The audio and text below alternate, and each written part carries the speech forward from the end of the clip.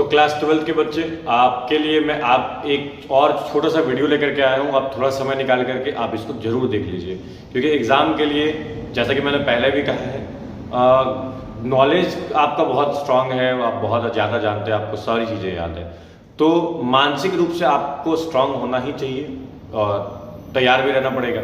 इसके अलावा एग्ज़ाम के एक रात पहले हमारा जो मेंटल है, स्टेट है, सिचुएशन है, प्रेशर को आप कैसे हैंडल करेंगे और ताकि आपका अगला दिन बेहतर हो सके। तो मैं आपके सामने एक अच्छा से इंटरेस्टिंग पॉइंट लेके आया हूँ कि अगर आप एग्जाम से एक रात पहले अगर आपको क्या करना है और परीक्षा के अगले दिन सुबह में आपको क्या करना चाहिए, आपको तो ये चाहिए ही होगा। आप चाहते हैं कि आपको ये बता पाए, अच्छे तरीके से गाइड दे पाए, गाइडलाइन दे पाए कि आपको परीक्षा के पहले क्या करना है और क्या नहीं करना है। तो ये वीडियो खास करके आपके लिए है और क्लास 10th के बच्चों के लिए भी है।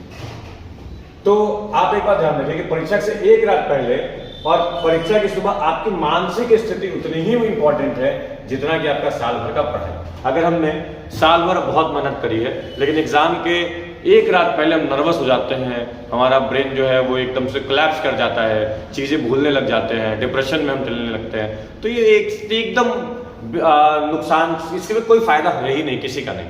आपके टीचर्स के मेहनत वेस्ट हो जाएगा, आपका मेहनत वेस्ट हो जाएगा, आपका समय वेस्ट होगा। तो ये चीज़ आपको ध्यान रखेंगे। तो इसके लिए एक बहुत अच्छा सा टॉपिक है ये आपके लिए। तो अगर आप हड़बड़ा गए, गड़बड़ हो गए, नर्वसनेस में आपके शरीर में आ गया, आपके दिमाग में आ गया, छा गया, तो आपको आता हुआ टॉपिक भी आप भूल जाइएगा। इसीलिए हमने एक तैयार किया कि आपको एक नाइट पहले यानी परीक्षा से एक रात पहले आपको क्या करना है। तो चलिए, सबसे एक रात पहले आप क्या करिए। बहुत बच्चे क्या करते हैं कि एक रात पहले और ज्यादा पढ़ते हैं। नहीं, इससे क्या होगा कि आपको आती हुई चीजें भी आप भूल जाइए। किसी ने सही कहा है कि अगर आपने साल भर मेहनत करी है तो एक रात पहले आप नहीं भी करते हैं तो आपके नंबर्स को, मार्क्स को कोई फर्क नहीं पड़ता। लेकिन अगर आपने साल भर मेहनत नहीं करी है तो आप एग्जाम के एक रात पहले भी मेहनत करेंगे तो भी कोई फर्क नहीं पड़ेगा। ठीक है, तो एक रात पहले आपको क्या करना है, पढ़ाई बंद कर देनी है और शाम के 7 या 8 बजे तक अपनी किताबों को बंद करिए। लास्ट मिनट में कुछ नया पढ़ने की कोशिश नहीं करिए, बिल्कुल कुछ नया नहीं सीखना है, क्योंकि इससे केवल कंफ्यूजन बढ़ेगा, भ्रम की स्थिति बढ़ेगी। आंसर्स में आपके मस्तिष्क के अंदर ऑप्शंस आपस में ऐसे टकराना शुरू कर देंगे। तो ये चीजें नहीं होनी चाहिए। आपको अपना एग्जाम किट तैयार कर लेना होगा। एग्जाम किट में क्या, हमको पता है कि सुबह उठेंगे तो भाग दौड़ के स्थिति में आ जाएंगे तो कुछ ना कुछ प्रॉब्लम हो जाएगा। एग्जाम के टाइम में बहुत बच्चे ऐसे होते हैं जो भागते हुए क्लास टाइम में पहुंचते हैं कि एडमिट कार्ड हाथ में कोई पकड़ा रहा है, कोई पेन पकड़ा रहा है और कोई उसको बता रहा है कि गेट बंद हो रहा है, दौड़ो दौड़ो दौड़ो, भागो भागो भागो। एक गेट के सामने लोग खड़े हैं, बुला रहे हैं, आ जाओ गेट बंद होने वाला है। ऐसी स्थिति में नहीं पढ़िए, इससे आप मेंटल स्ट्रेस बढ़ जाएगा और पेपर में आप गलती करना, ज्यादा से ज्यादा गलतियां कर लेंगे। तो आप पहले ही एग्जाम की तैयार कर लीजिए। क्या क्या करना है, तो अपना पूरा बैग तैयार कर लीजिए। क्या क्या होना चाहिए इसमें, तो इसमें आपका होना चाहिए एडमिट कार्ड, वो भी ओरिजिनल और एक फोटोकॉपी के साथ, ताकि अगर एक गड़बड़ भी हो जाए तो दूसरा हमारा काम आ जाए। अब ओरिजिनल में आपके पास जो भी एडमिट कार्ड आपको मिला है, आपने डाउनलोड किया है या स्कूल से या कॉलेज से मिला है, आपने अपने पेन कम से कम 3-4 कलमें तो आप जरूर रखिए जिसमें ब्लू भी हो और ब्लैक बॉल पेन हो। जेल पेन बिल्कुल ना हो, बॉल पेन हो और पेन बिल्कुल आप नए लें। बिल्कुल पेन आप नए ना लें, नए पेन बिल्कुल नहीं लें।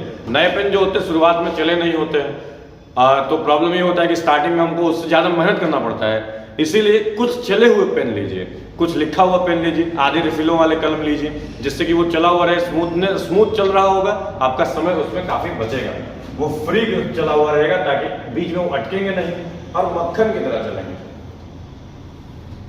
पेंसिल, रबर, स्केल, खास करके मैथ साइंस के लिए, इनके अलावा पूरा, हम तो बोलेंगे पूरा इंस्ट्रूमेंट बॉक्स प्रिपेयर्ड होना चाहिए। पानी की पारदर्शी बोतल, रंगीन नहीं, प्लास्टिक चढ़ी हुई नहीं, पारदर्शी यानी ट्रांसपेरेंट बोतल होनी चाहिए। कोई घड़ी नहीं, कोई डिजिटल डिवाइस नहीं, कुछ भी नहीं, आपके पास कुछ भी नहीं होना चाहिए। एक रात पहले आप हल्का खाना खाएं और सादा खाना खाएं। ऐसा खाना नहीं कि ठूस के खा लिया, ठूस भोजनम कर लिए और रात को पेट खराब हो चुका है, अब हमको ये टेंशन है एग्जाम में, एग्जाम का क्वेश्चन पढ़ रहे हैं और पेट कह रहा है कि बाथरूम चला जाए। एग्जाम में हम पढ़ रहे हैं कि ये जो दाब होता है वो सेरोटोनिन पे कैसे निर्भर करता है और हमारे दिमाग में आ रहा है कि अरे दाब तो हमारे पेट का भी बढ़ रहा है, मैं गो आउट सर करना शुरू कर दिए। तो ये चीजें ना हो, ऐसी स्थिति में हम ना पढ़े, इसके लिए आपको क्या करना है, एक रात पहले हल्का और सादा भोजन करना है। ज्यादा तेल मसाले नहीं खाने हैं ताकि पेट खराब ना हो और नींद ठीक ठाक आ जाए। अब नींद का क्या हाल चाल है, तो कम से कम 7-8 घंटे की कोशिश करनी है सोने की, ताकि अगर आपका दिमाग ना थका हुआ हो अगले दिन के लिए, अगर आपका दिमाग थका हुआ रहेगा तो आप अगले दिन ढंग से प्रिपेयर होकर के नहीं जा पाइएगा, आपकी परीक्षा थोड़ी गड़बड़ हो जाएगी। ठीक है, तो ये चीजें आप ध्यान रखेंगे। अब ये तो हुई कि एक रात पहले मुझे क्या करना चाहिए। अब एग्जाम की सुबह हमें क्या करना चाहिए, परीक्षा की सुबह जिस दिन हमारा एग्जाम है, तो समय से उठिए। उसके लिए आप अलार्म सेट कर लीजिए कि आपको कितना बजे उठना है, और ये चीज नहीं करिए कि 5 मिनट और सो लेते हैं, 5 मिनट और सो लेते हैं, ऐसा नहीं। रिवीजन, अगर आपको रिवीजन करना ही है तो केवल अपने शॉर्ट नोट जो आपने बना रखे हैं या फॉर्मूला कॉपी जो आपने बना रखा है उनको आप पलटिए, देखिए। किताब कॉपी फेयर नोट ग्रंथ खोल के नहीं बैठ जाइए, एकदम नहीं। हल्का फुल्का नाश्ता करिए, खाली पेट तो बिल्कुल नहीं जाइए। खास करके ग्लूकोज की कमी से अगर चक्कर आए तो समस्या बड़ी बन जाएगी, तिल से ताड़ बन जाएगी। तो इसीलिए हल्का फुल्का नाश्ता ले लीजिए, जैसे दही चीनी, पोहा या नॉर्मल रोटी वगैरह खाएं। बहुत ज्यादा पानी ना पिए ताकि परीक्षा में बार बार आपको वॉशरूम ना जाना पड़े। ये नहीं कि 4 आंसर लिखा और मे आई गो आउट सर, 5 और आंसर लिखे फिर मे आई गो आउट सर। एग्जामिनर भी परेशान हो जाएंगे, आप पे उनको डाउट होना शुरू हो जाएगा कि ये कहीं कुछ गड़बड़ तो नहीं कर रहा, कुछ कोई ना कोई प्रॉब्लम जरूर है। और एक बार जब आपको लगा कि मुझ पे ये लोग शक कर रहे हैं तो आपका मेंटल स्ट्रेस बढ़ जाएगा, आपको थोड़ा इंफीरियर आप महसूस करना शुरू कर देंगे। तो ये इससे बचिए। आपको ड्रेस कोड आपका कैसा होना चाहिए, एकदम रंग बिरंगा शादी ब्याह वाला ब्लेजर 3 पीस पहन के जाना चाहिए या शेरवानी पहननी चाहिए? तो आपको ध्यान रखना है कि ऐसा कुछ ना करें, बल्कि आरामदायक कपड़े पहने। अगर बोर्ड ने ये कह दिया है कि जूतों पर रोक है तो चप्पल ही पहने, अगर बोर्ड ने कह दिया कि कुछ नहीं पहनना है तो आप सेंटर के बाहर इनको बाहर निकालने की व्यवस्था रखें कि आप उनको उतार सके और एग्जाम में जा सके। और कुछ नहीं एक्स्ट्रा, बाल के ऊपर टोपी की आवश्यकता कुछ नहीं है जब तक एकदम से जरूरी नहीं हो। तो गले के अंदर कुछ भारी भरकम चीज नहीं पहननी हो, कुछ नहीं, एकदम सादा कपड़ा पहनिए, हल्के कपड़े पहनिए, कॉटन वस्त्र पहनिए। इसके बाद आप क्या करिए, जब आप सेंटर के लिए निकलेंगे तो आपको क्या ध्यान रखना है, ट्रैफिक का ध्यान रखिए। क्योंकि हम जानते हैं कि परीक्षा लिखा रहता है एडमिट कार्ड पे भी कि कम से कम 30 मतलब कम से कम आपको यहाँ पे दिखा तो नहीं है, लेकिन रिपोर्टिंग टाइम 9 बजे के आसपास का रहता है।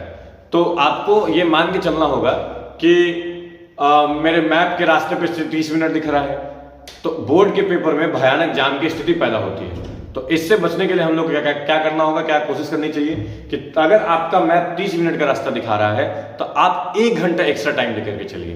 क्योंकि अगर आप जाम में फंस गए तो आपको वहां से जाम से निकलने के लिए, निकल के दूसरा ऑप्शन ढूंढने के लिए पर्याप्त समय भी बचे। अगर आप ऐसा नहीं कर पाते तो आपने न्यूज में हर साल सुना होगा, हर बार ऐसी खबरें सुनी होंगी कि एक बच्चा है जिसका पेपर गेट पे माथा पीटता रह गया, एग्जाम नहीं दे पाया, रो रहा है, उसके पिता उसके माता जी रो रही है, रोने वाली बात भी है। लेकिन ये जो ट्रैफिक की वजह है, ट्रैफिक का जो प्रॉब्लम है, इसका आप उस समय कुछ सॉल्यूशन नहीं कर सकते, इसीलिए आप एक्स्ट्रा टाइम लेकर के ही घर से निकलिए और अपने सेंटर से आप एकदम चिर परिचित हो जाइए पहले। इसके अलावा अगर लिखा है रिपोर्टिंग टाइम 9 बजे है तो कोशिश करिएगा 8:30 बजे केंद्र पर पहुंच जाए। गेट के बाहर खड़े होकर आराम से इंतजार कर लीजिए। ट्रैफिक में फंस कर घबराने से लाख गुना बेहतर तो है कि आप एग्जाम सेंटर के बाहर खड़े रह लीजिए, लोगों से मिल लीजिए, फ्रैंक हो लीजिए, कोई समस्या नहीं है, मन के स्ट्रेस को दूर कर लीजिए, ये बहुत बढ़िया चीज है। इसके अलावा केंद्र पर कौन सी बातों का ध्यान रखना होगा और परीक्षा केंद्र पे हमें क्या करना चाहिए। तो सबसे पहले केंद्र पे क्या करें, डराने वाले दोस्तों से आप बिल्कुल दूर रहिए। जो आपके दोस्त है जो आपको डिमोटिवेट करें, वो उनसे आप बिल्कुल दूर रहिए।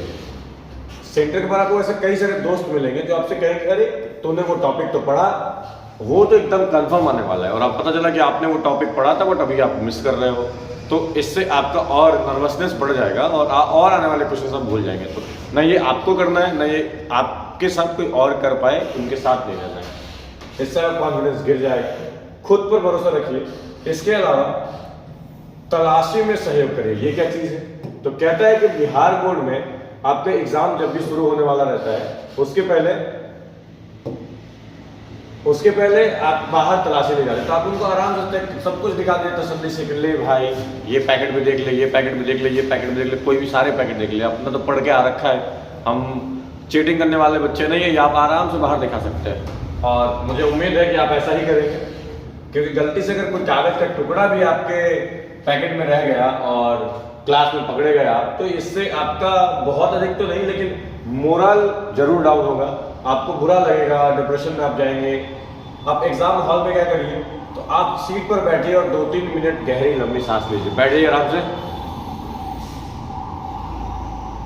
ऐसे करके 2-3-4 बार गहरी सांस लीजिए। इससे आपका माइंड बहुत रिलैक्स फील करेगा। आप क्वेश्चन को पढ़िए, जैसे ही पेपर मिले आप लिखना शुरू मत कीजिए। पहला जो 15 मिनट है उसमें पूरे आप पेपर को पढ़िए और ये टिक लगा लीजिए कि कौन से 50 ऑब्जेक्टिव आपको करने वाले हैं, कौन से सब्जेक्टिव आपको आसान लग रहे हैं और आप कौन से करने वाले हैं। क्योंकि आप याद रखिए कि पहले उन सब में से जो आपका परफेक्ट क्वेश्चन या आंसर होगा उसको परफेक्ट तरीके से लिखने का कोशिश कीजिए, क्योंकि first impression is last impression है आपके एग्जाम के मार्क्स के लिए। और अब इसको, इस लाइन को आप उतना भी सीरियस मतलब लेकर के नहीं चलें, क्योंकि कहीं कहीं पे ये भी कहा गया है कि your last impression can change your first impression. तो ठीक है, ये कर सकते हैं, कोई बुरी बात नहीं है, लेकिन अगर आप अपने आंसर्स को सीरियल नंबर से लिखेंगे तो और बढ़िया। एक तो आपको आंसर्स आ रहे हैं, ऊपर से आप सीरियल नंबर का को भी फॉलो कर रहे हैं, तो फिर आपके मार्क्स काटने वाला कोई नहीं है, कोई आपके मार्क्स काट नहीं पाएगा।